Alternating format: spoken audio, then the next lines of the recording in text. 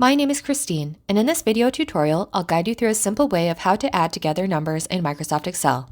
Here's how you do it. To start off, it's important to know that there's more than one way to do addition in Excel.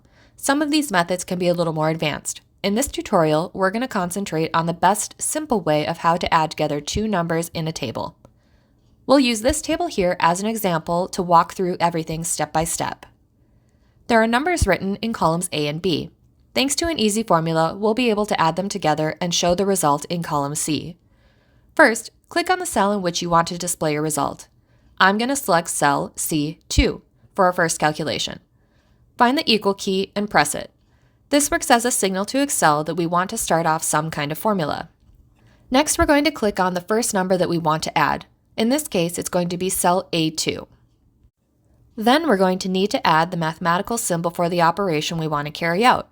Since we want to add two numbers together, we're obviously going to use the plus button. After that, click on the second number that you want to add, in this case, cell B2. So with this formula, what we've told Excel we want to do is we want to add the number from cell A2 to the number from cell B2. Hit enter and you're done.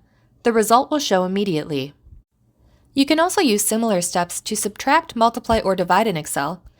You can check out separate videos on how to do these calculations in more detail. Since you've made it this far, I'm also going to show you a little trick. If you need to add the numbers in the rows below in a similar manner, just click on the cell containing the formula we just made, which is cell C2. Hover over the bottom right corner of the cell until you see your mouse change to a cross symbol. Then use left click on your mouse and drag the formula down to the rest of the rows. And there it is. Great job! You've officially managed to add the numbers in all of the rows. If you found this video helpful, please like and subscribe.